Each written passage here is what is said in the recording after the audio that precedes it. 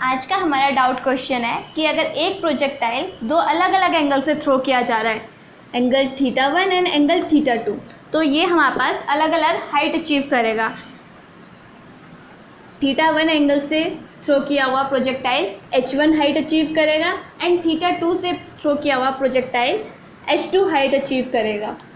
और हमारे पास साथ ही क्वेश्चन में ये दिया है कि इन दोनों की जो मैक्सिमम हॉरिजॉन्टल डिस्प्लेसमेंट होगी, मतलब रेंज सेम होगी, और हमें range h1 height and h2 height के बीच का रिलेशन फाइंड आउट करना है। तो हम देखते हैं कि रेंज हमारे पास कौन से अलग अलग एंगल्स पे सेम होगी। अगर हम एक एंगल लें थीटा और हम दूसरा एंगल लें 90 माइनस थीटा, मतलब हम इसके परपेंडिकुलर वाई एक्सिस से एक एंगल थीटा ले रहे हैं जिसे हम 90 से माइनस करेंगे, क्योंकि टोटल एंगल हमारे पास 90 डिग्री है। तो अगर हम इसे 90 से माइनस करेंगे इस थीटा एंगल को, तो बचा हुआ एंगल हमारे पास बचेगा 90 माइनस थीटा। तो 90 माइनस थीटा और थीटा एंगल पे हमारे पास जो रेंज होगी वो हमारे पास सेम होगी। इसे हम प्रूफ कर लेते हैं। तो पहले हम एंगल थीटा के लिए लेते हैं। For angle theta R1 range हम ले लेते हैं। रेंज का फॉर्मूला होता है हमारे पास u² sin 2θ/g, और थीटा एंगल के लिए हमारे पास फॉर्मूला यही रहेगा। For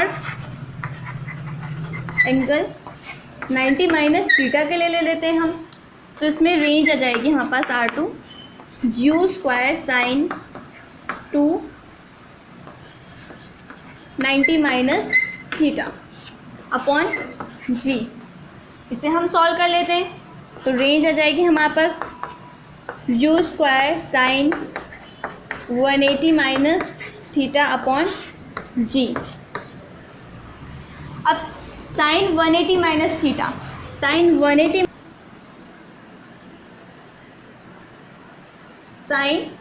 minus 2θ upon g।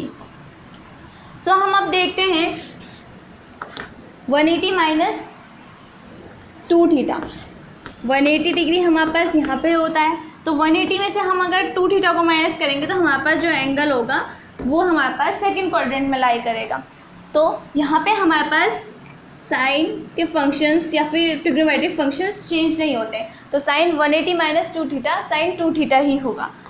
तो रेंज हो जाएगी हमारे पास u² sin 2θ अपॉन g।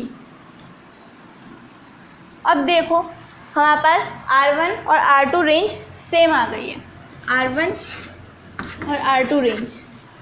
अब हम देख सकते हैं कि एक में हमने एंगल थीटा लिया था, एक में 90 माइनस थीटा लिया था, फिर भी हमारे पास रेंज सेम है।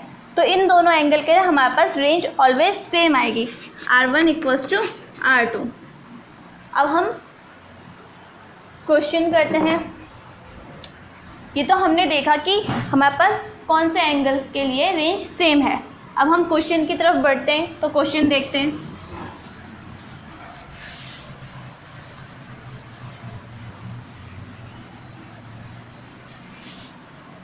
क्वेश्चन में हमें दो अलग अलग एंगल्स के लिए ले, ठीक, प्रोजेक्टाइल। पहले जब हमारे पास θ1 थीटा के इक्वल हो, सेकंड जब हमारे पास θ2 90 माइनस थीटा के इक्वल हो। अब देखते हैं इसके लिए हमारे पास रेंज क्या आएगी। रेंज हमारे पास दोनों में सेम आएगी, अभी हमने प्रूफ किया था। रेंज आएगी हमारे पास u² sin 2θ/g। सेकेंडली हमारे पास दूसरे एंगल के लिए भी रेंज सेम आएगी, R = u² sin 2θ/g। अभी हमने प्रूफ किया था। अब हम इनकी हाइट्स देख लेते हैं। अगर हम h1 हाइट देखेंगे तो h1 हाइट हमारे पास θ1 एंगल्स के लिए है। तो h1 हाइट θ1 एंगल के लिए हाइट का फॉर्मूला होता है u² sin स्क्वायर θ/2g। ये हमने थीटा वाला एंगल थीटा है तो हमने यहाँ पे थीटा पुट कर दिया। अगर हम h2 हाइट की बात करें तो ये हमारे पास थीटा 2 एंगल से थ्रो किया गया प्रोजेक्टाइल है। तो इसके लिए अगर हम हाइट का फॉर्मूला देखेंगे तो हमारे पास हाइट का फॉर्मूला होगा you square sine square 90 minus theta upon 2g। यहाँ पे हमने थीटा 2 हमारे पास क्या था 90 माइनस थीटा, तो हम यहाँ पे थीटा 90 माइनस थीटा ले लेंगे और हमारे पास 90 माइनस थीटा ये 90 डिग्री हो गया। अगर 90 में से हम कोई सा भी एंगल माइनस करेंगे तो हमारे पास फर्स्ट क्वाड्रेंट में लाई करेगा।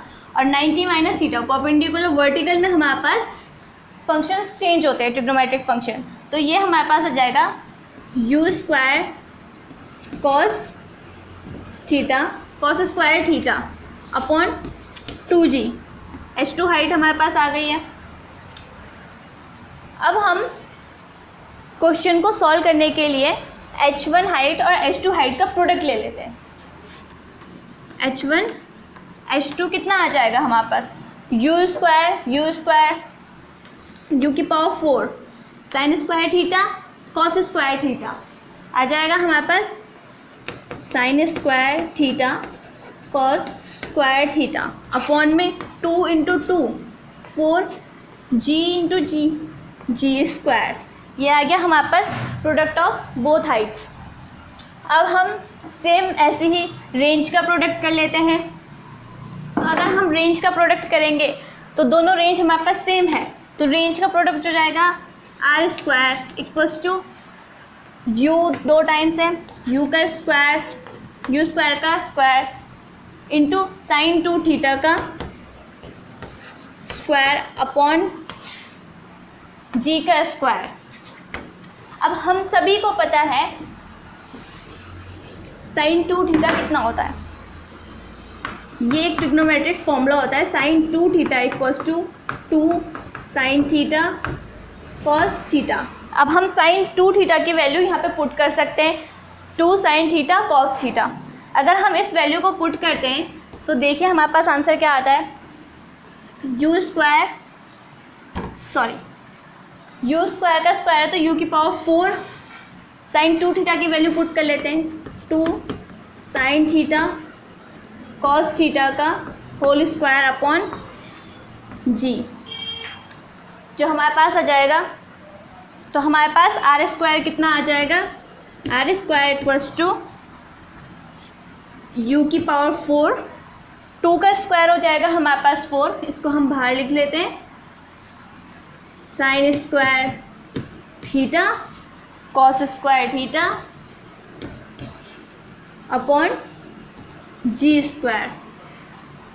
यह आ गया हमारे पास रेंज का प्रोडक्ट। अब हम देखते हैं हमारे पास हाइट है। अगर हम दोनों साइड हाइट के प्रोडक्ट्स में दोनों साइड अगर हम 16 से मल्टीप्लाई कर देते हैं तो हम दोनों को इक्वल लेके आ सकते हैं, प्रोडक्ट ऑफ हाइट्स और प्रोडक्ट ऑफ रेंजेस को। हम करके देखते हैं 16 h1 h2 इक्वल्स टू इस इधर साइड भी 16 इंटू कर देंगे 16 you square sine square theta cos square theta by 4g। 4 से 16 कट हो जाएगा, बचेगा 4, तो 16 h1 h2 हमारे पास आ जाएगा 4 U square sine square theta cos square theta upon G square. अब हम देखते हैं दोनों की रेंज के प्रोडक्ट की और हाइट के प्रोडक्ट की राइट हैंड साइड सेम है, तो हम इनकी लेफ्ट हैंड साइड इक्वल कर सकते हैं। मतलब R square equals to 16 times h1 h2।